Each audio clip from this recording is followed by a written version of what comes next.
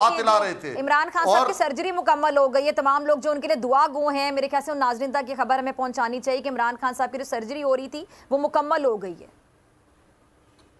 جی جسمین، اور جو سب سے بڑی بات ہے کہ انہوں نے سرجری کے دوران کہا کہ باقی 14 لوگوں کا علاج بھی شوکت خانم میں میرے ساتھ ہونا چاہیے، جہاں پہ میرا علاج ہو رہا ہے باقیوں کا بھی علاج ہونا چاہیے۔ اور آج پہلے آپ دیکھیں ارشد شریف کے قاتل کون تھے،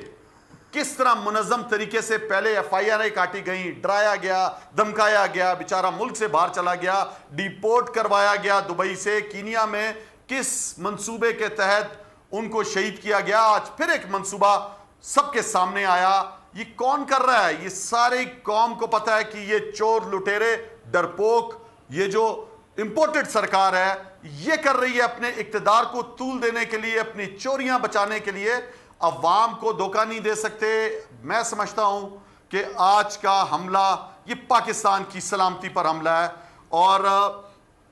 آپ اس کا حوصلہ دیکھیں کہ وہ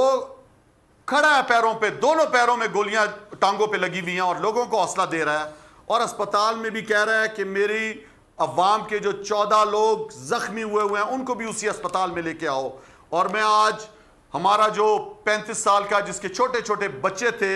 وہ بہادر معظم جس نے اس جو نیچے جو پسٹل لے کے جو بندہ کھڑا تھا اس کو حملہ آور کو چھینا ہے، اس کو روک رہا تھا اور اس دوران شہید ہو گیا۔ اس ہماری اس حقیقی آزادی کا شہید معظم، میں اس کو بھی سلام پیش کرتا ہوں، اس کی بہادری کو سلام پیش کرتا ہوں۔ جس طرح اس کا لیڈر بہادر گولیاں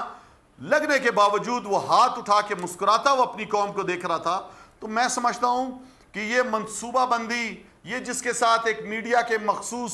وہ جو ہے لفافی میڈیا والے موجود جو آج ایک دم پیغام پہنچا رہے ہیں، پھر آپ بھونڈا انداز دیکھو، اس لڑکے کو پکڑا ہے اور اس کا انٹرویو لیا جا رہا ہے کہ اچھا آپ بتائیں آپ ایک دم جذباتی ہو گئے